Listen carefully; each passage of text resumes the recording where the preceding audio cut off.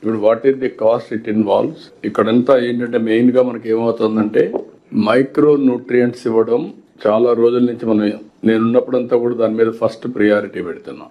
Body needs protein, carbohydrates, to certain extent fat and micronutrients. Same thing, land needs all micronutrients and balancing all factors. దాని బదులు మనం ఏం చేస్తున్నాం అంటే to stimulate. మనుషులను steroids వాడినట్టు యూరియా వాడుతున్నాం. That is the biggest problem. Urea వల్ల క్రాప్ ఎక్కువ వస్తుందని ఆశతో యూరియా వాడుతున్నారు. నేను చాలాసార్లు మీకు చెప్పాను, Punjab is a case study. Punjab లో ఈరోజు 2 trains every day cancer patients it is carrying to Delhi.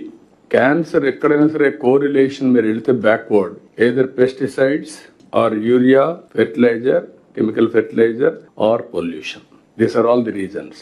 మనం కూడా టాప్ 10 డిసీజెస్ చూస్తే టాప్ 10 లో రెండోది అనుకుంటాను.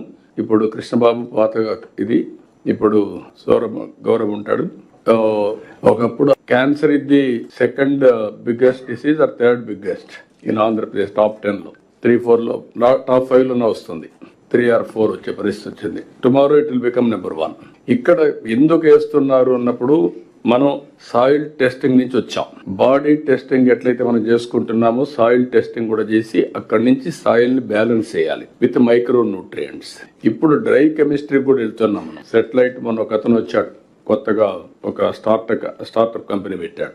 Is doing extremely well. మనం కూడా సెటిలైట్కి వెళ్తున్నాం. వచ్చినప్పుడు మీరు కానీ ఇది కానీ బ్యాలెన్స్ చేస్తే చాలా వరకు మనకి ఇబ్బంది లేకుండా పోతుంది. స్టిమ్యులేట్ చేయడానికి వాడాలి తప్ప అది సప్లిమెంటేషన్ ఎరువు కాదు, మైక్రో న్యూట్రియంట్స్ కాదు. ఈ విషయం మీరు గుర్తుపెట్టుకోండి. ఇప్పుడు అది రాసుకుంటాం మేము.